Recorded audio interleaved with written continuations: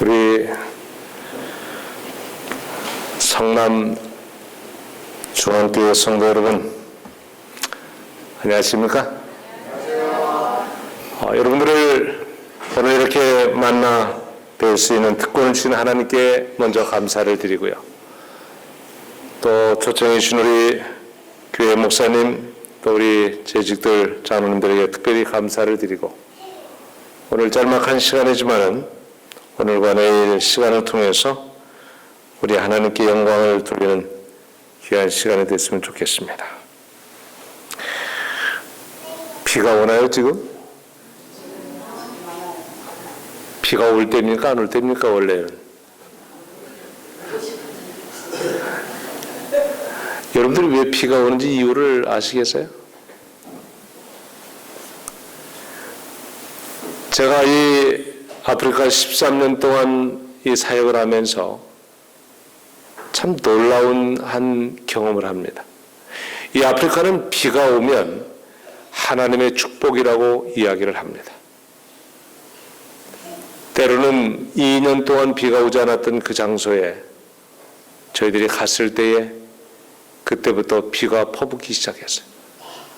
근데 참 이상한 거는 저희들이 갈 때마다, 선교지를 갈 때마다 하나님께서 비를 주시는 것을 보면서 그들이 뭐라고 말하냐면 비를 몰고 오는 축복의 사람들이다, 이렇게 이야기를 합니다. 여러분, 비는 정말 하나님의 축복이죠? 그렇습니다. 3년 반 동안 엘리야의 기도를 통해서 이스라엘 땅에 비가 오지 않았을 때 얼마나 고통스러운지를 알게 됩니다. 그래서 그들이 난리를 폈죠. 다시 엘리야가 기도함으로 하늘에서 비가 내렸던 것을 우리는 잘 압니다. 오늘 그것은 우리에게 단순한 비만이 아니라 성령의 비가 임하게 되기를 바랍니다. 이제 우리 하나님의 말씀 여호수아 14장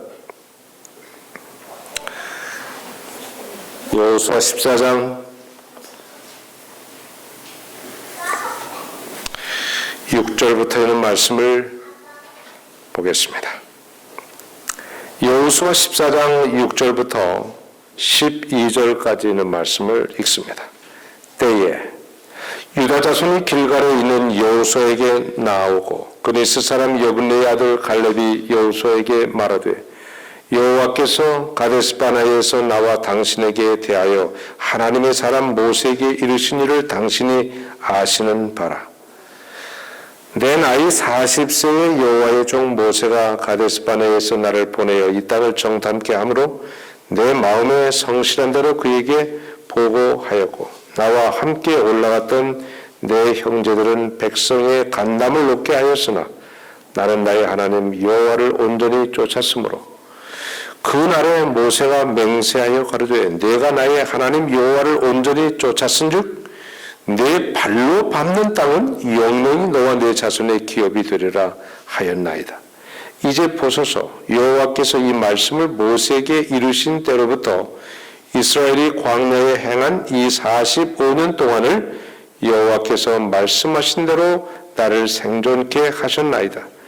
오늘날 내가 85세로 돼 모세가 나를 보내던 날과 같이 오늘날 오히려 강건하니 나의 힘이 그때나 이제나 일반이라. 싸움이나 출입에 감당할 수 있사온즉 그날에 여호와께서 말씀하신 이 산지를 내게 주소서. 당신도 그날에 들으셨거니와 그곳에는 아낙 사람이 있고 그 성읍들은 크고 견고할지라도 여호와께서 혹시 나와 함께 하시면 내가 필경 여호와의 말씀하신 대로 그들을 쫓아내리다. 아멘. 우리 자건 기도하겠습니다. 하나님 우리 아버지, 아낙 자손이 버티고 큰 산성들이 버티고 있을 때 주님, 갈렙은 40세가 아니라 85세가 되었을 때 이 산지를 내게 달라고 부탁을 했습니다. 하나님, 그 40대나 85세 때나 그의 정신과 그의 모든 것이 일반이라고 했습니다. 우리 하나님이여, 오늘 우리들에게 갈렙과 같은 믿음을 주시옵소서. 이 산성과 같은 높이 쌓여있는 이 지역을 우리가 점령할 길이 없지만 하나님의 능력으로 주의 약속된 말씀으로 인하여 점령할 수 있사오니 하나님이 이 산지를 내게 주셔서 정말 이 땅을 정복하고 이 백성들을 주님께로 이끌 수 있도록 은혜를 베풀어 주시옵소서. 우리가 그러한 일들을 경험한 지금도 동일한 살아계신 하나님께서 어떻게 역사하시는지를 저희들의 눈으로 확인하고 보기를 원합니다. 우리가 두려워하지 않게 하시고 뒤로 물러가는 백성이 아니라 앞으로 전진하는 주의 백성들이 되도록 이끌어 주시고 오늘과 내일 이들 동안에 우리에게 들려주시는 하나님의 귀한 기별을 통하여 다시 한번 주님을 만나는 경험이 되게 하여 주시옵소서. 예수님의 이름으로 간절히 기도하옵나이다. 아멘. 저는 여기 성남교회를 처음 방문합니다. 제가 지금 목회 30년이 좀 넘었습니다만은 이 동중한 앞에서 제가 9년을 목회를 했습니다. 그리고 하나님의 뜻을 따라서 또 이 브라질, 저 남미에 선교사로 가서 약 6년 동안 봉사를 했습니다. 그리고는 사정이 있어서 저희 아내를 데리고 가족들을 이끌고 한 번도 가봐야 되겠다고 하는 생각도 없었던 미국으로 가게 됩니다. 그리고는 그곳에서 다시 또 개척교회를 하면서 저는 또다시 하나님의 섭리 속에 저 아프리카 대륙을 이제 가게 되었고 그곳에서 지금까지 약 13년 동안 주님을 위해서 일하고 있습니다. 어떻게 보면 가장 좋은 곳들을 다 패스하고 여러분들이 가장 힘들다고 하는 바로 그 장소에 가서 사역을 하고 있습니다. 처음에는 교회 사역을 시작했습니다. 아주 성공적으로 저도 열심을 다하여 일을 했습니다. 가는 곳곳마다 교회가 부흥되었고 그리고 수많은 영혼들이 주님께로 돌아오는 모습들을 보면서 기뻐했습니다. 근데 이유 중에 하나는 제가 돌이켜보니까 제가 한 일이 아니라 하나님께서 하셨다고 하는 사실을 경험하게 되었습니다. 저는 제가 이 초대 목회에 나오면서 한 번도 이 인턴을 밟아보지 못하고 결혼했다고 하는 죄 때문에 그만 이제 인턴도 밟아보지 못하고 저 광산촌으로 갔습니다. 어떻게 목회를 해야 될지 알지 못할 때 저는 조용히 새벽 4시면 일어나서 산으로 올라갔습니다. 그리고는 하나님께 기도하기 시작했습니다. 언제까지 기도했냐면 동이 틀 때까지 기도했습니다. 저는 그때에 능력이 어디로부터 오는지를 경험하게 되었어요.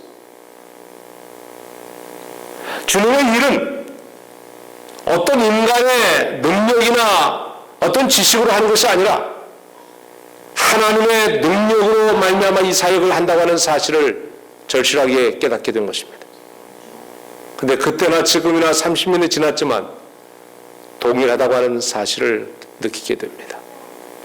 우리가 얼마만큼 하나님과 함께 깊은 관계를 가지고 있느냐에 따라서 하나님의 능력이 얼마만큼 나타나는지를 경험하게 됩니다. 제가 어린 시절에 아무것도 모르는 가운데 이 꿈을 하나 가졌습니다. 여러분, 꿈을 꾸는 것도 중요하지만 그 꿈을 어떻게 이루는 것, 그것도 굉장히 중요하죠. 예. 꿈을 꿨지만 그 일을 이루지 않으면 그건 개꿈입니다. 그렇죠? 그런데 우리가 꿈을 가졌으면 그 꿈을 이루어야 되고 그 꿈을 이루었으면 그 다음에 그 꿈을 통해서 무엇인가 해야 하는 것입니다. 저는 어린 시절 초등학교에 이제 다니면서 한 꿈을 가졌습니다. 그 꿈은 바로 선교사를 이제 바라보면서 제가 8살 때 가출하여서 이제 집을 떠났는데요. 그래서 이제 객지에 나가서 고생을 좀 했습니다. 그때부터 고학을 하기 시작해서 대학을 마칠 때까지 저는 제가 손으로 일하여 번 돈으로 공부를 했습니다.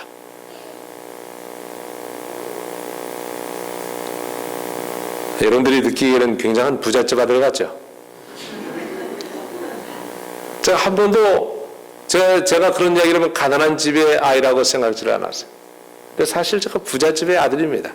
왜냐하면 우리 아버지가 이 우주를 창조하신 아버지이기 때문에. 그렇습니까? 안 그렇습니까? 여러분이 정말 가난하다고 느끼고 삽니까? 여러분의 아버지가 누군지 여러분 정말 생각하고 사시나요? 은행에다 좀 뭔가 넣어주고 여러분들의 계정에 뭐가 좀 있으면 좀 괜찮고, 그렇지 않고 여러분 우리가 정말 하나님을 나의 아버지라고 정말 믿고 그런 믿음으로 여러분들이 살아가고 있나요? 그래서 요한복음 14장 1절에 보이는 마음에 뭐 하지 말라? 근심하지 말라. 누구를 믿으니? 하나님을 믿으니 또 나를 믿으라. 오늘 하나님을 우리의 아버지라고 부를 수 있는 특권을 주신 하나님께 감사합시다. 오늘 그 하나님, 그 부유하신 하나님, 잠시 어떤 고난은 있었을지 모르지만 우리는 영원한 가난한 사람은 아닙니다. 제가 알기로는 이 성남은 옛날에 굉장히 힘든 사람들이 여기 와 살던 곳입니다. 그런데 지금 와보니까 도대체 힘든 사람들이 살았던 곳인지 잘 모르겠어요. 대한민국은 도대체 어디를 가든지 간에 엄청나게 변화된 모습을 바라보면서 왜 하나님께서 이 땅을 이렇게 축복하셨는지를 생각해 보게 됩니다. 오늘 이렇게 아름다운 성전을 건축하고 예배를 드리는 여러분들은 정말 복이 있는 사람들입니다. 그래서 제가 어린 시절에 이 초등학교에서 공부할 때 저희 학교에 한 미국 선교사님이 오셨습니다. 이름은 위캅스. 이름을 한국말로 보니까 위경수, 저는 전경수, 이름이 같았어요. 그래서 그때부터 저는 좋아했습니다. 근데 그분이 영어로 이야기를 하는데 도대체 무슨 말인지 알 수가 없어요. 그러면서도 제 마음 가운데 무슨 생각을 가졌냐면 나도 저분처럼 선교사가 돼야 되겠다. 선교사가 뭔지 누가 한 번도 이야기해 본 적도 없었지만 제 마음속에는 나도 저분처럼 선교사가 됐으면 좋겠다. 그럼 어느 나라의 선교사가 돼야 될까? 근데 제 마음속에 아프리카 선교사가 됐으면 좋겠다. 근데 그 당시에 아프리카를 몰랐어요. 아프리카가 어떻게 생긴지조차 잘 몰랐습니다. 어디가 아프리카가 있는지도 몰랐고 한 번도 시커멓게 생긴 사람을 본 적도 없습니다. 그런데 여러분, 어떻게 그때의 그런 어린 제 소년의 마음에 아프리카 선교사가 되어야 되겠다고 이야기하게 된, 그 꿈을 갖게 되는지 잘 모르겠어요. 근데 그때 우리 온 교회가 불렀던 노래 중에 하나는 아프리카 어둠에뇨 한국에서 수말리 바다 건너 구름 저편 야자수 무성한 곳, 이게 헌금 시간마다 이 노래를 불렀어요. 아프리카가 어디 있는지도 모르면서 아프리카 어둠에뇨 한국에서 수말리 바다 건너 구름 저편 야자수 무성한 곳. 가보니까 야자수는요 아프리카가 많은 게 아니라 저 아시아가 더 많더라고요. 저 필리핀 가면 야자수가 굉장히 많은데 아프리카는 그렇게 많지는 않습니다. 아무튼 그런데 40여 년이 흐른 다음에 드디어 저는 아프리카 땅에 있게 된 것입니다. 제가 이 초등학교 다니면서 이 고등학교 다닐 때까지 지도를 그리면 이 세계 지도를 참 잘 그렸어요. 이 세계 지도를 그리면서 어느 곳에 무슨 나라가 있는지 늘 유심히 살펴보았습니다. 그럼 여러분, 그때 어린 소년의 꿈이 드디어 이루어져서 제가 어디가 있다고요? 제가 아프리카 갔다 온 사람 같아요? 한국에 있는 사람보다 더 좋죠? 예, 그래서 제가 늘 오해를 많이 받아요. 정말 당신은 아프리카 가서 정말 선교하고 있느냐고. 그렇다. 이러기에 시작한 지 벌써 13년이 되었습니다. 오늘 이제 그 중에 우리가 이제 학교를 세워서 지금 학교를 운영을 하고 있는데요. 저희들이 6년 만에 여러분들이 제가 지금 자랑하는 게 절대로 아님을 기억하시길 바랍니다. 하나님이 하신 일이 일주일 만에 세상을 창조하신 것 같은 능력으로 사실은 6년 동안에 어떤 사역이 이루어졌냐면 처음에 저희가 자전거로 이 사역을 시작했어요. 그래서 이름이 BMW예요. Bicycle Mission to the World라고 하는 이 자전거를 나눠주는 일을 시작했습니다. 아프리카의 목사님들이 이 선교를 하는데 적게는 7교회에서 많게는 33교회까지 걸어서 방문하고 목회한다는 이야기를 듣고 제 마음이 아팠어. 나는 자가용을 타고 다니면서 한 교회를 맡아서 선교하는데도 힘든데 어떻게 걸어 다니면서 수십 개의 교회를 목양할 수 있을까? 그래서 제 마음 가운데 하나님 그들을 도울 길이 없을까요? 그때 하나님께서 저에게 한 음성을 들려주시기를 자전거를 도와라. 여러분, 그래서 시작된 선교 단체입니다. 저는 제가 처음에는 목회를 하면서 이 휴가 기간 동안에 이제 아프리카에 가서 그들을 도와주려고 했지만 하나님께서는 아마 그게 별로 의미가 없었는지 그래서 제가 목회하던 45살에 제가 목회할 때 가장 황금기적인 나이에 제가 이 일을 멈춰야 했습니다. 그리고 제 목회길을 선교의 길로 바꿔야 했습니다. 굉장히 많은 갈등이 있었고 어려움이 있었지만 하나님께서 나와 함께 하시고 내 모든 생애를 책임져 주실 것을 믿고 그 일을 시작하게 된 것입니다. 그래서 시작부터 지금까지 오로지 하나님의 은혜로 되었다고 하는 사실을 고백하게 됩니다. 제가 한 일은 그저 심부름한 일밖에 없고 이 일들을 하게 됐는데요. 오늘 그 중에 제가 좀 영상을 좀 보고요. 이 학교는 다니엘이라고 하는 학교인데요. 지금 설립하고 오픈된 지 5년 만에 학생이 350명이 됐습니다.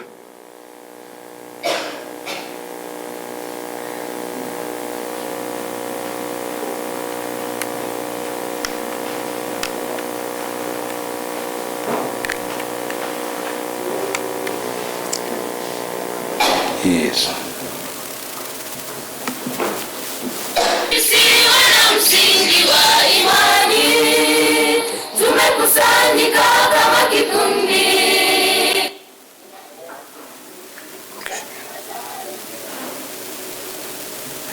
누르셨죠?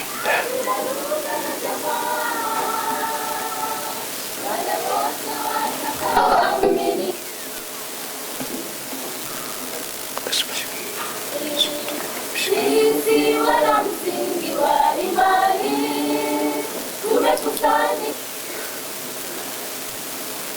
Nia Yesu ni kutangaza Injili.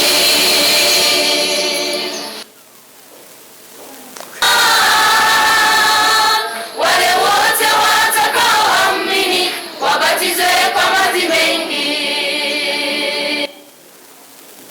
Familia moja takututenganisha hakuna, kazi ya Bwana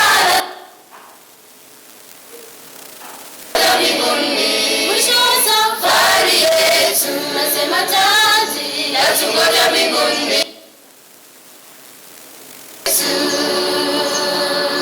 Sisi tu familia moja, cha kututenga hakuna. Kazi ya Bwana lazima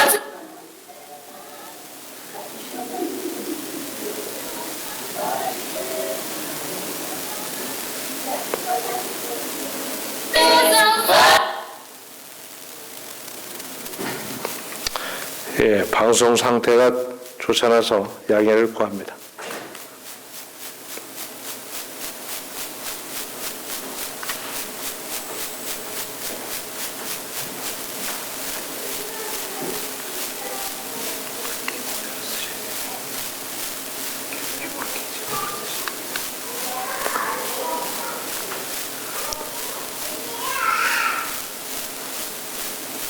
이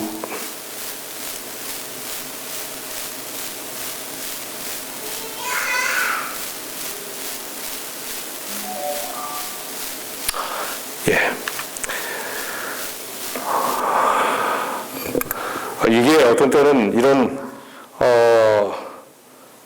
것을 사용할 때 좋기도 하지만은 또 안 되면은 별 의미가 없는 때가 많아요. 제가 우리 부목사님께서 사용하시는 걸 좀 사용하기 때문에 좀 제가 이렇게 잘 습관이 안 돼서 잘 모르겠습니다. 아무튼 지금 여기 학생들이 처음에 11명으로 학교가 시작됐습니다.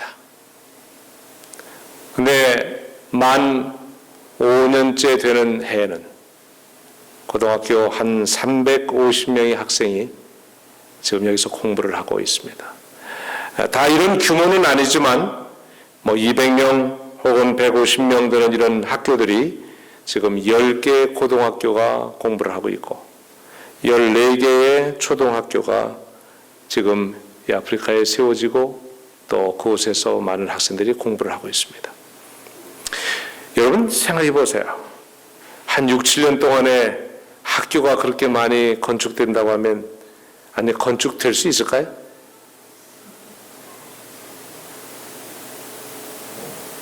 우리 조상현 장로님 그게 가능하다고 생각이 되세요?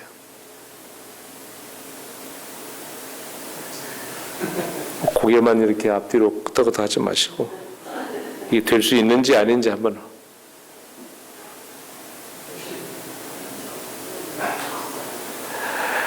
이 일을 시작할 때는 사람들이 도대체 어떻게 하려고 하느냐고 그래서 못 믿고 이제 이 일을 다 이루어 놓으시고 하나님께서 이루어 놓으신 다음에 이런 모습을 보여줘도 못 믿고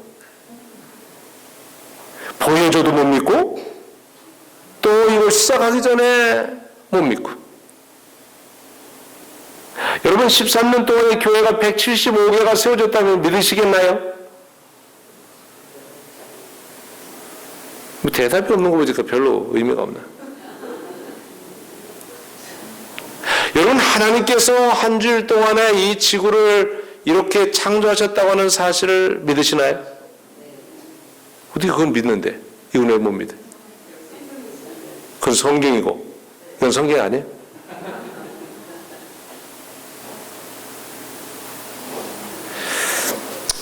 자 이제 본론으로 들어가서 여기 마태복음 24장 14절에 예수님께서 하신 말씀입니다. 천국 복음이 온 세상에 증거되기 위하여 전파되리니 그제야 뭐가 오리라? 여러분들은 속히 끝이 오기를 바라십니까? 아니면 이렇게 좋은 시대가 한 100년, 200년 더 갔으면 좋겠습니까? 우리가 앞으로 100년이 지나면 여기에 계신 여러분들이 여기 앉아 계신 분들이 몇 분이나 될까요? 아무도 없어. 여러분들이 솔직한 얘기지만 살아있을 때 예수님 오기를 원하십니까? 돌아가신 다음에 오시기를 원하십니까? 그래요. 아멘. 살아있을 때? 이야, 희망이 있습니다. 그럼 몇 년만 지나면 여러분들은 살아있을 수 있나요?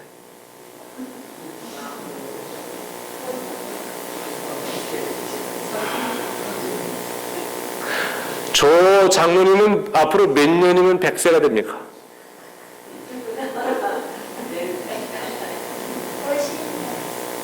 앞으로 50년. 이제 반밖에 안 사셨는데.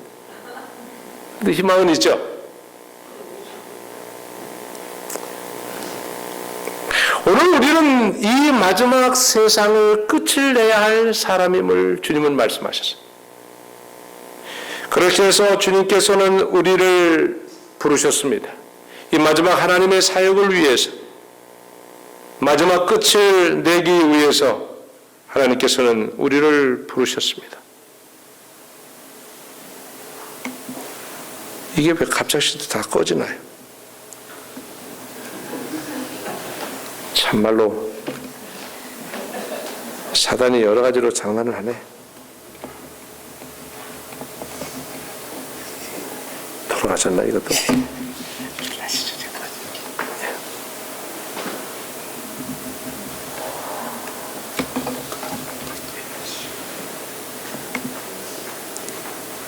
됐어요? 안 나오네요. 이것도 별로 오래 못 가고 죽네요. 자, 예수님께서 마태복음 24장에 주님의 재림의 징조들을 많이 보여주셨어요. 근데 여러분이 구약을 보면 예수님께서, 하나님께서 말씀하신 대로 이루어진 모습들을 확인하셨어요? 예수님께서 이 땅에 오셔서 생애하시면서 여러 번 뭐라고 말씀하시냐면 성경에 기록된 대로 이렇게 말씀하셨어요. 여러분, 십자가에 죽으신 것도 그냥 죽으신 것이 아니라 이미 어디에? 성경에 기록된 대로 돌아가셨다고 말씀했어요. 예수님이 이 땅에 탄생하신 것도 이미 여자의 후손으로 오시겠다고 창세기 3장 15절의 말씀을 이루셨습니다. 예수님은 성경에 기록되지 아니한 사실을, 그것을 뛰어넘어서 그렇게 생애하지 않으신 것을 압니다. 예수님의 징조를 말씀하시면서 이런 징조가 오면 내가 이 땅에 올 날이 가깝다고 하는 사실을 기억하고 머리를 들고 깨어 기도하라고 말씀하셨습니다.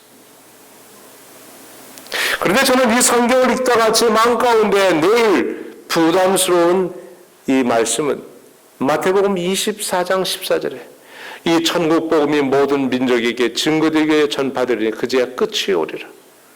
The end. 이 성경에서 마지막이라고 써있는, 이제는 정말 끝이라고 하는 그 말을 기록된 곳이 여기에 있습니다. 예수님이 말씀하셨어요. 오늘은 끝을 내야 할 백성들입니다, 여러분. 오늘 우리가 여행을 할 때 그저 무한히 계속 가는 것은 별로 그렇게 좋은 일이 아닙니다. 아무리 좋아도 제가 이 미국 여행을 할 때 적어도 하루에 이 동부에서 서부까지 한 나흘 동안 운전을 하고 가야 되는데 굉장히 아름답고 멋있습니다. 아무리 아름답고 멋있어도 목적이 없이 가는 것은 굉장히 힘들다고 하는 사실이에요. 그렇죠? 그래서 우리는 목적지를 이제 정하고 그 날이, 그 시간이 오기를 고대하는 것입니다. 우리가 성경을 연구해 보면 다니엘 2장에 여러분 돌나라, 이제 그 우상의 나라가 맞춰지고 마지막 돌나라가 임하는 사실을 봅니까? 안 봅니까? 그렇죠? 지금 어디까지 왔는지 여러분 아시죠? 어디까지 왔어요? 발가락 시대까지 왔습니다. 목사님 고맙습니다. 발가락 시대까지 왔는데 사실은 발가락 시대보다 더 가까운 발톱 시대까지 왔어요. 그렇죠? 그러면 이제 끝이라는 얘기입니까? 거의 끝이 났어요. 근데 끝이 날 때에 그냥 그것으로 존재하지 아니하고 마지막 끝이라고 하는 사실을 보여주기에 뜨인 돌이 임하게 됩니다. 그때 뜨인 돌이 나타나면 그 신상을 그 다음에 치고 모든 그 신상이 무엇처럼 됐다고요? 티끌처럼 됐다고 말씀했어요. 그리고는 이 땅에 돌의 나라가 임하는 모습을 봅니다. 그대로 이루어졌습니까? 이루어졌습니다. 그렇죠? 거기 나타난 바벨론, 메드페사, 이렇게 페르시아, 로마, 쭉 그런 것들이 다 이루어진 것을 볼 수 있어요. 자, 저는 이제 오늘과 내일 시간을 통해서 세계 선교에 대하여 이야기를 드리면서 세계 선교의 과거와 또 현재와 미래에 대해서 말씀을 좀 드리려고 합니다. 여러분, 이 선교사란 그 말 속에는 순교자라는 의미가 포함되어 있습니다. 최초의 우주의 선교사가 누구십니까? 예수님이십니다. 인간의 범죄 이후에 하나님께서는 이 땅에 선교사로 죄로 말미암아 죽을 사람들을 구원하러 오시겠다고 약속하셨어요. 그래서 예수님이 오신 목적을 한마디로 누가복음 19장 10절에 이렇게 말씀하셨죠. 인자가 온 것은 잃어버린 자를 찾아 구원하러 오셨다고 말씀했어요. 구원자입니다. 만약에 예수님이 오시지 않았다면 오늘 우리들에게는 희망이 없는 것입니다. 최초의 선교사는 그래서 저는 하나님이라고 말씀을 드릴 수 있습니다. 그 다음에 노아 선교사, 인류를 구원하기 위하여 하나님께서는 노아 선교사를 보내서 뭘 지으라고요? 방주를 지으라고 그랬어요. 졌습니까? 안 졌습니까? 졌죠. 120년 동안 왜 졌습니까? 그런데 여러분, 혹 다른 사람들은 안 믿었을지 모르지만 그것 때문에 누구는 구원받았어요? 노아와 그의 가족은 구원받았습니다. 오늘 우리가 복음을 전할 때 다른 사람들이 받아들이지 않을 수도 있지만 그렇게 함으로 인해서 나와 우리의 가족들을 구원할 수 있다고 하는 사실입니다. 그래서 선교는 우리의 자신이 구원받는 길임을 여러분들이 기억하시기를 바랍니다. 하나님께서 아브라함 선교사를 부르십니다. 창세기 12장에서. 그래서 그 선교사 아브라함을 통해서 가는 곳곳마다 하나님의 복을 나눠주시기를 바라신 것입니다. 이스라엘 선교사, 그들을 하나님께서는 이스라엘 나라를 선택해서 주변 나라의 복음을 증거하기를 원하셨습니다. 요셉 선교사, 그래서 요셉을 통하여 애굽을 또 기별을 전하죠. 다니엘 선교사, 그를 통해서 바빌론에 하나님의 복음을 전하는 것을 볼 수 있어요. 진노한 선교사, 그 다음에 이 땅에 우주에서 33년 반 동안 인류를 구원하기 위해 오신 예수 선교사, 예수님은 선교사십니다. 그 다음에 12제자 선교사, 사마리아 우물가에 있는 그 여인의 선교사, 걸어서 귀신 들렸던 선교사, 구스네시 선교사, 스데반 선교사, 빌립 선교사, 사도 바울 선교사, 바나바 선교사, 아굴라와 브리스길라 선교사, 디모데 선교사, 디도 선교사. 예수님은 바로 우리 모두가 주님의 선교사가 되기를 바라고 계시겠습니다. 그래서 여러분, 창세기부터 요한계시록까지의 모든 성경을 보면 뭐에 대한 이야기냐면 선교에 대한 기사임을 알 수 있습니다. 어떻게 인류를 구원하실 것인가? 여러분, 범죄한 인간을 구원하기 위한 그것이 바로 하나님의 초점임을 알 수 있어요. 그래서 예수님 자신이 우리를 구원하기 위하여 십자가에 죽으신 것입니다. 다시 말하면 그 선교사라는 이름 속에는 뭐가 포함되어 있다고요? 순교자. 그래서 예수님은 순교 당하셨습니다. 그렇다면 오늘 우리도 주님을 따라갈 때 우리도 어떻게 해요? 그러한 순교의 이제 그 마음을 가지고 주님을 따라갈 수밖에 없는 것입니다. 여러분, 이 복음은 서아시아에서 다시 유럽으로 전파되었고 오랜 기간 동안의 수많은 투쟁을 통해서 그러다가 18세기, 19세기에 영국을 중심으로 복음이 온 세상으로 다시 번져가는 모습을 볼 수 있습니다. 여러분, 이 영국이 복음을 선교사를 온 세상에 내보내면서 영국은 드디어 해가 지지 않는 나라가 되었어요. 하나님께서는 그 영국의 이 선교를 돕기 위하여 산업혁명을 일으키시고 경제적으로 이 영국을 도와주셨습니다. 그래서 이 영국이 수많은 선교사들을 아프리카와 아시아와 온 또 저 중남미에 파송을 했어요.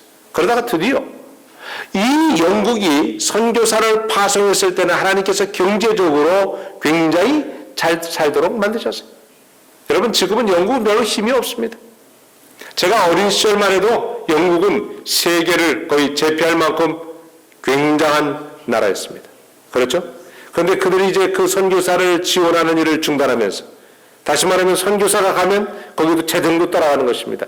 그 일을 하지 않으면서 어떤 일이 생겼냐면 그 영국은 스포츠에 관심을 쏟기 시작했어요. 그래서 이 스포츠에 관심을 쏟으면서 모든 재정을 다른 사람을 위해 베풀지 아니하고 자기 이기적인 마음으로 그 욕심으로 채우면서 영국은 점점 이제 경제적으로 낙후되기 시작하는 것입니다. 여러분, 이 영국은 지금 교회가 거의 없습니다. 여기 우리 손 목사님께서 영국에서 유학을 하고 오셨지만 1년에 적어도 200개 이상의 교회들이 뭐로 팔리느냐면 모슬렘들에게 팔리는 것입니다. 교회 많죠, 목사님? 굉장히 아마 그때 돈들을 많이 벌었을 때 좋은 교회들을 많이 세웠을 것입니다. 교회들이 다 이제 하나의 그저 구경, 관광거리로 되고 오히려 그 교회가 다 술집으로 팔리고 이제는 뭐요? 모슬렘들에게 팔려서 이제 정말 말 그대로 영국은 기독교인이 없는 나라로 전락하게 되는 것입니다. 여러분, 그러면서 드디어 이 복음은 거기서 다시 바다를 대서양을 건너서 미국으로 돌아옵니다. 그래서 20세기에 복음의 횃불이 미국으로 이동되면서 다시 미국은 아직도 자기 나라에 할 일이 많지만은 여러분, 우리 와이프인의 기별에도 보면 1800년대, 1890년대 이때 1880년, 1870년, 80년 이때 와이프인은 말하기를 미국이 아직도 할 일이 많지만 온 선교사들을 온 세상에 내보내자. 그래서 우리 재림교회도 굉장히 빠르게 1870년대 J.N. 앤드루스가 제일 먼저 유럽으로 선교사로 떠나게 됐습니다. 유럽에서 복음이 들어왔는데 다시 미국에서 유럽으로 선교사를 파송합니다. 그러면서 20세기에 미국은 획기적인 나라로, 다시 말하면 온 세계에 주목받는 제2인자의 나라로 이제 다시 부각하게 됩니다. 언제나 이 선교는 경제와 함께 같이 움직이는 것을 볼 수 있어요. 그래서 여러분, 이 미국은 1960년대 이후로부터 굉장히 급속도로 성장하면서 미국은 온 세계를 지배하는 나라가 되었습니다. 정말 미국의 덕을 많이 봤죠, 우리도? 여러분 압니까, 모릅니까? 한국이 약 90%의 95%의 문맹률이었을 때 1800년대예요. 그때에 미국에서 북장로교회와 남장로교회의 선교사들이 한국에 들어왔습니다. 그리고 제 지난 10월 예수 재림교회 1906년도에 최초의 선교사가 한국에 들어왔습니다. 그러면서 여러분, 정말 일자 무식, 글도 배우지 못하는 이 백성들을 향해서 글들을 가리킵니다. 학교를 세웠습니다. 그리고 병원을 세웠습니다. 교회를 세웁니다. 그리고는 사람들에게 선교하기 시작합니다.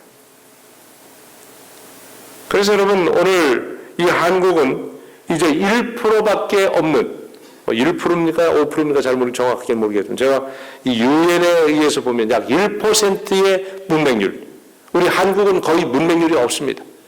여러분, 세계에서 이렇게 문맹률이 없는 이 대한민국, 정말 우리는 복받은 백성들입니다. 그 기초에 뭐가 있으냐면 선교사들의 피 흘림과 그들의 헌신과 노력이 있었다고 하는 사실이에요. 여러분, 북장로교회가 세운 대학이 연세대 세브란스대 병원과 연세 그다음에 이화여대, 여기는 전부 다 북장로교회가 세웠습니다. 남장로교회는 이제 대전을 중심으로 그쪽 지역에 대학과 병원들을 세워서 우리 한국의 백성들, 고달픈 백성들, 피곤한 백성들, 병들어 있는 백성들, 그들에게 이러한 것들을 나눠준 것을 볼 수 있습니다.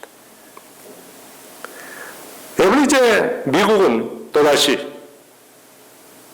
그 복음의 횃불을 동아시아에 전파되었을 때 한국보다 먼저 일본이 복음을 받아들였습니다. 그리고 중국이 더 먼저 복음을 받아들였어요. 그러나 여러분 보세요. 이 아시아에는 온갖 잡다한 종교들이 있지만 사실 우리가 있는 이 대한민국도 불교 국가입니다. 그렇죠? 왜? 국교가 불교였어요. 유교였습니다. 그럼에도 불구하고 왜 이 한국 땅에 하나님의 복음이 들어와서 이렇게 활활 타는지 모르겠어요. 무슨 하나님의 섭리가 분명히 있음을 저는 압니다. 여러분, 이 한국은, 대한민국은 고난의 백성입니다. 역사에 보면 5,000년 동안 약 1,000번 가까이 침략을 당한 나라입니다. 그럴 때마다 그 어려움을 극복하고 이긴 나라가 어떤 나라면 여러분과 제가 살고 있는 이 대한민국인 것입니다.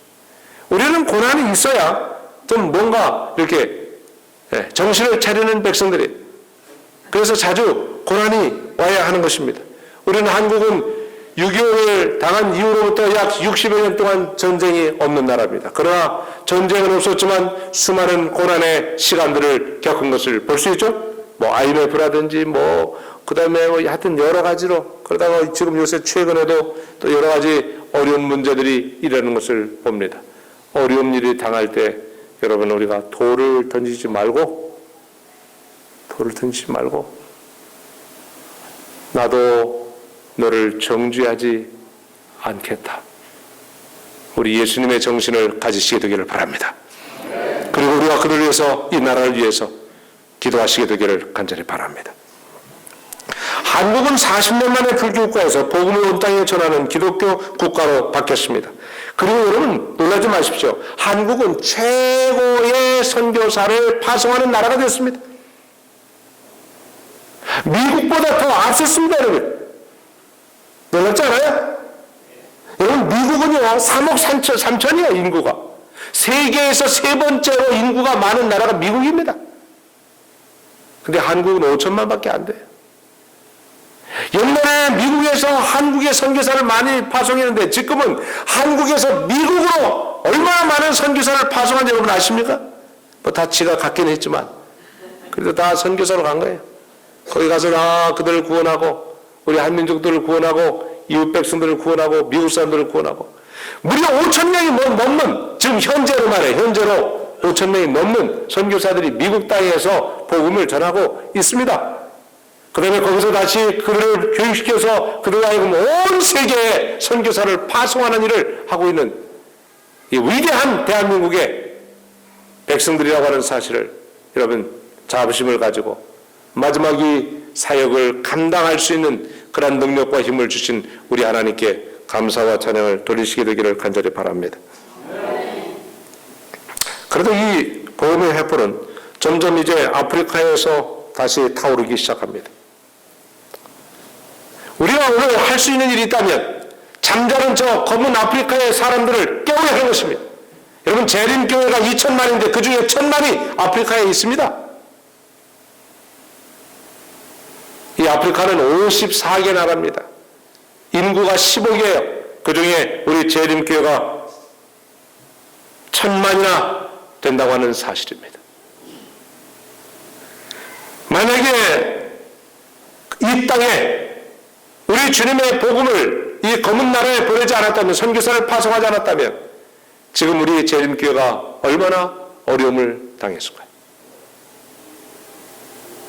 우리는 아프리카를 굉장히 깔보는데요.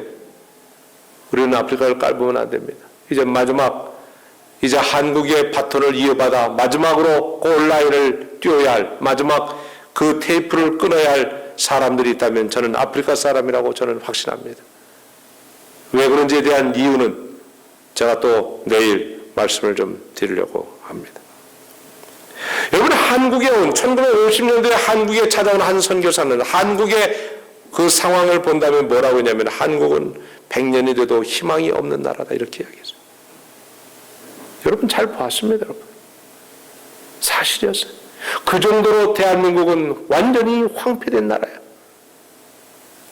60년 만에 온 세계는 정말 말 그대로 깜짝 놀랄 만큼 완전히 세계가 뒤집어질 만큼 대한민국은 발전하고 있어요.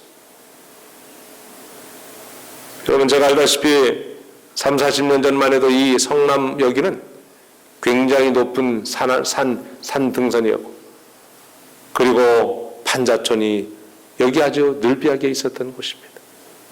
가난의 상징으로 불려졌던 곳 중에 한 곳이 여기였습니다. 근데 여러분, 여러분의 집에 자가용 없는 사람이 별로 있나요? 다 있잖아요. 냉장고 없는 집 있어요?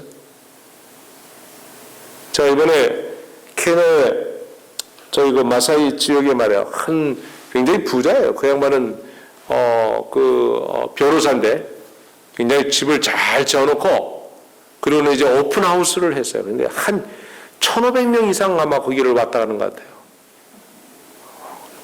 보면서 방들을 보이고 그다음에 부엌을 보이고 냉장고를 보여주는데 제가 가서 탁 보고서 뭐라 했냐면 아이고 이런 냉장고 같으면 우리 저 개집에 그 개밥 위에서 쓰려고 거기다가 놓은 냉장고 같더라. 근데 그건 자랑을 해. 여러분들의 가정에 굉장히 좋은 냉장고들이 많이 있어요. 요새 젊은이들은 집에 가면 냉장고가 여러분 보셨는지 모르겠지만 600만 원짜리 냉장고가 있어요. 아세요? 이 한국 분들 아세요? 모르죠. 저분들도 잘 몰라. 유장로님 그런 거 보셨어요? 아직 실물은 못 보고. 잘 알겠죠.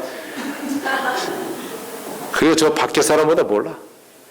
여기 사람들이 뭐 한국 정치를 잘한다고요? 밖에 있는 사람보다 몰라요. 여러분들은 세탁기 말고 그거 세탁하고 난 다음에 빠른 그거를 말리는 거 드라이기랑 아세요? 여러분 집에 있어요? 없잖아. 그게 전부 다 한국에서 만들어내는 거야. 미국은 가면 전부 다 세탁기 옆에 드라이가 있어요. 그래서 빨래 다 빨아가지고 어디다 집어넣으면 아주 보드랗게 말려가지고 나온다고요. 가난한 우리 집에도 있어요. 내가 가난을 잘 알아요. 정 부자예요. 미안합니다. 여러분, 제가 깜짝 놀란 거는 이 미국의 베스트바이라고 아주 그 전자제품 파는 유명한 거기 가면 제일 앞에 대한민국의 삼성과 LG가 딱 붙어 있어요. 아주 얼마나 비싼지. 미국의 본산지인데 다 쳐쳐놓고. 거기 가면은 600만 원짜리 한국 돈으로, 미국 돈으로 5,900불이 넘는 그 냉장고가 그 앞에 있어요. 스위치를 딱 누르면 촥 나와요. 그리고는 프로그램이 나오고 그 냉장고를 밖에서 안으로 들여다본다니까 이렇게 뭐가 있는지. 그리고 여러분들이 셀프를 가지고 탁 보면 그 냉장고에 지금 뭐가 부족한지를 다 알아. 그래가지고 밖에서 시장 볼 때, 지금 우리 냉장고 이게 비어있구나. 그리고 딱 사갖고 할 수 있도록 다 돼 있어요. 신기하죠? 여러분들, 여기 있으면서 잘 몰라. 놀라운 일입니다, 놀라운 일. 여러분, 대한민국이 우습게 보면 안 됩니다. 밖에서는 대한민국이 보이지도 않는 나라를, 이야, 내 평생에 대한민국 한번 가봐야 되겠다. 이런 사람들이 엄청나게 많은데, 그리고 얼마나 발전되는지 이 모델을 따서 대한민국을 닮아가야 되겠다고 그러는데 도대체 대한민국 사람들은요, 자기들이 지금 얼마나 위대한 위치에 있는지도 몰라. 여러분들이 선진국이에요, 후진국이에요. 이야, 참, 자기가 지금 어떤 존재인지도 조차도 잘 몰라. 여러분, 21세기는 대한민국의 시대였음을 여러분 아십니까? 온 세계를 움직인 사람들이 대한민국 사람들이었어요. 세계은행 총재가 누군지 아세요? 김용, 한국 사람. 유엔 사무총장, 누구예요? 반기문. 그건 잘 아시네. 뭐 반겨줍니까? 그 양반이? 예, 반기문. 뭐 어떤 사람들은 뭐 이러쿵저러쿵 많이 하는데, 그러면 이러쿵저러쿵 하는 사람이 한번 해보세요. 거기 들어가서 해볼 수 있는지. 굉장합니다. 아프리카에서는 반기문 그럽니다. 굉장해요. 세계 무역회장, 한국 사람이야. 여러분, 세계 10위, 12나라, 그 경제 나라 중에 한 나라, 그 다음에 OECD, 24개 나라 중에 대한민국을 껴요, 안 껴요? 끼잖아요. 여러분들이 뭘 했길래 이렇게 낍니까? 여러분, 세계의 기독교, 그러면 세계 10대 교회 중에 7개 교회가 한국에 있어요. 세계 선교사! 재림교회 빼놓고 말이에요. 제가 이제 재림교회는 좀 내일 좀 얘기하려고 그래요. 우리도 좀 정신 좀 차리자고 한 거예요. 여러분, 일반 개신교는 한 교회가 1000가정씩 선교사를 파송해요. 성남교회는 몇 명이나 파송했나요? 여러분들도 위대한 일을 하나 했어요. 네, 칭찬 좀 하고 싶어요. 유태희 목사님이 계실 때 따님이 죽었죠? 여러분 그 정말 슬픔 때문에 그 핏값으로 지금 아프리카에 굉장한 학교가 하나 세워졌습니다. 정말 여러분들이 많이 헌신해 주셨고 기도해 주셨고 감사를 드립니다. 그 일을 시작부터 마칠 때까지 저희들이 거기에 함께 그 일을 했고 정말 힘든 가운데도 하나님께서 이루신 그 역사를 바라보면서 얼마나 감사한지. 왜 하나님께서 이 땅을, 이 한국 땅을 이렇게 그것도 반토막 난 이 나라, 저 아프리카에서 보면 이 대한민국은 보이지도 않아요. 근데 왜 이 나라를 이렇게 복을 주셨는가? 이유가 뭘까요?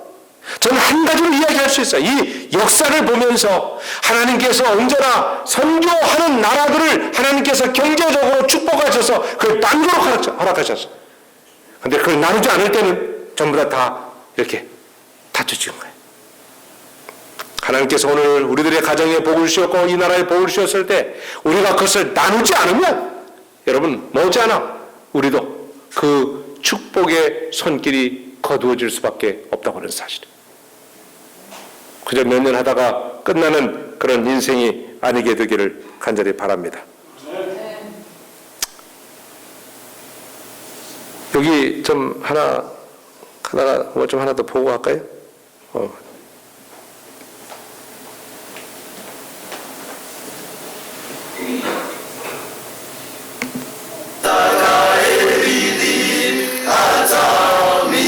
지금 아까도 봤지만 아이들이 손에 악보가 있죠? 다니엘제가 다니엘에 대한 설교를 마쳤더니 다니엘 노래를 이렇게 부르는 거야.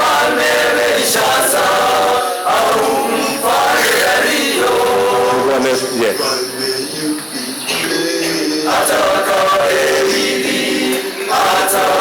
이 아이들은요 악보를 볼 줄 모릅니다. 악보도 없습니다. 그냥 이야기를 그저 노래를 듣고 그걸 가지고 부르는 거예요. 다 어물러가지고. 그래서 그들의 손에는 거의 책이 없습니다.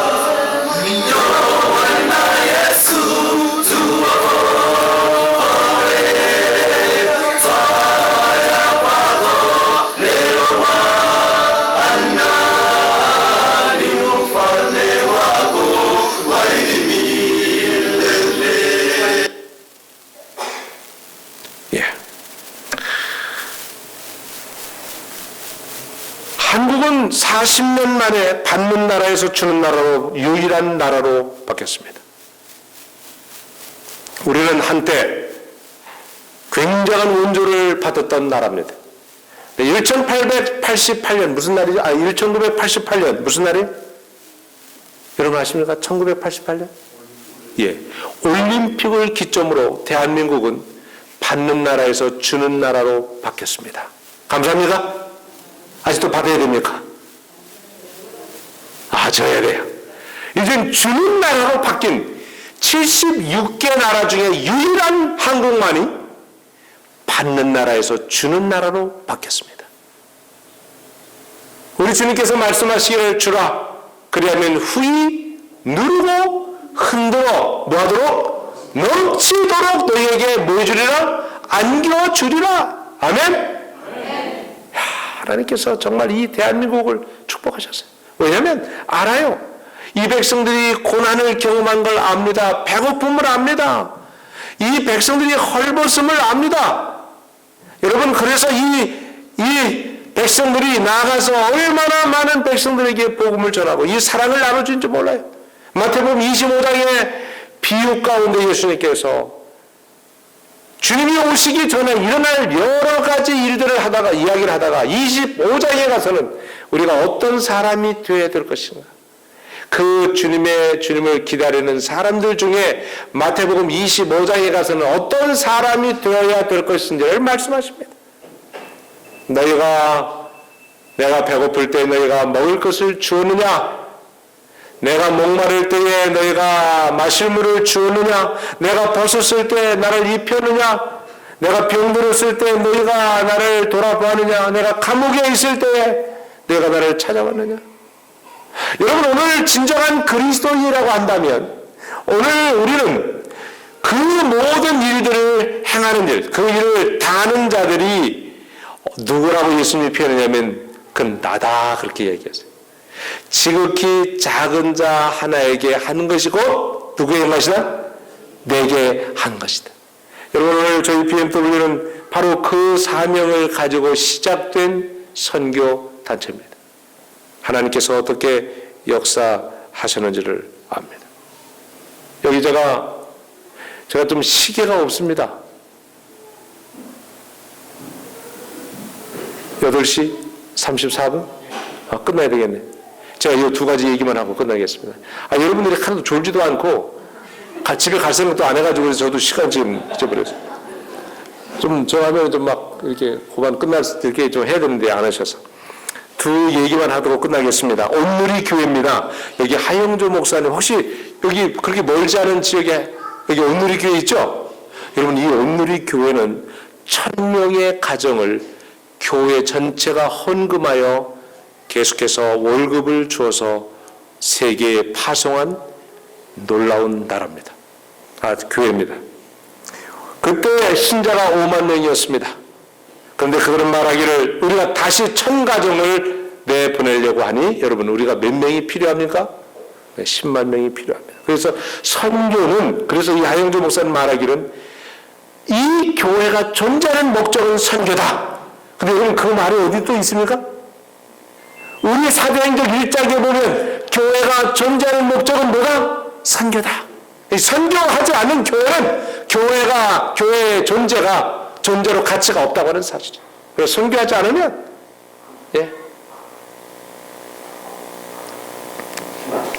그래서 우리가 함께 선교하는 것입니다. 그래서 주님께서 말씀하시기를 우리가 거기에 선교를 하면 국내 선교를 하나님께서 축복해 주시겠다고 약속해 주셨는데요. 여기 빚을 받고도 실천하지 않는 자는 우리는 복음의 빚진 자들이다. 재정이 다른 나라로 가는 것을 왜 겁내 떠는가? 그 이유가 뭐예요? 그것은 우리의 재정이 아니라 하나님의 재정인 것입니다. 그런 정신이 있을 때만이 우리는 다른 민족들에게 복음을 전할 수 있습니다. 여기 명성교회, 혹시 여기 명성교회하고 가깝습니까? 여러분 아세요? 천호동에 있는 명성교회? 김사만 목사님. 그분이 큰 교회에 담임 목사로, 부목사로 갔을 때 목사님이 이렇게 보니까 설교가 영 시원찮아요. 그래가지고 쫓아냈습니다. 너 여기서 더 목회보다. 근데 그때에 정말 눈물을 머금고 찾아온 곳이 어디냐면 천호동이었어요. 그때 가장 가난한 사람들이 모여 사는 곳 중에 또 한 곳이었잖아요. 그때 25명을 데리고 지하에서 예배를 드리기 시작합니다. 그때 이 김사만 목사님이 말하기를, 여러분, 우리는 비록 지하교회지만, 아직 교인도 없지만 우리는 해외 선교를 해야 합니다. 우리보다 더 어려운 자들을 도와야 합니다. 라고 시작을 해가지고 40년 만에 10만 명이 넘는 신자가 되었습니다. 여러분, 혹시 이 교회는 몇 년이나 됐습니까? 45년.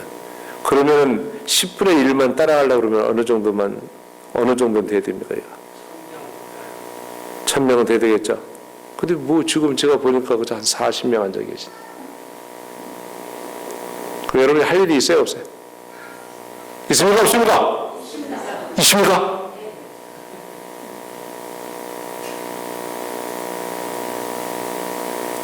여러분, 이 교회가요, 이 이디오피아에 제가 갔는데, 이디오피아 아디스아바 수도에 굉장히 큰 땅을 정부로부터 얻어가지고 거기다가 병원을 세웠는데 360억을 들여서 거기다가 병원과 의대를 세웠습니다.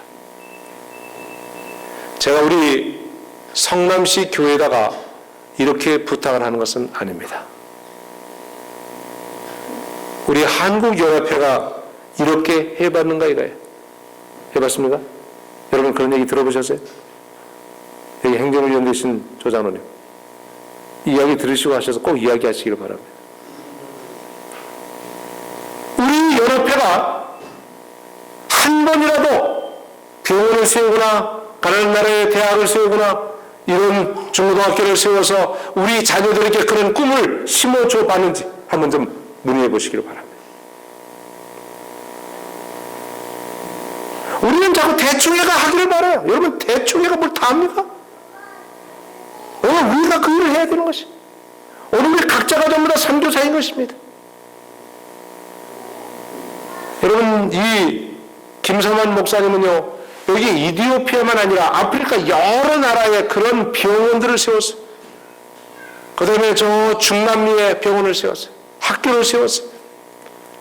여러분, 이분이 이 한국의 하동인가요? 거기다가, 아니요, 하동 어딘가 여기다가 병원을 하나 크게 세웠어요. 어디입니까? 혹시 아세요? 하동이 아니고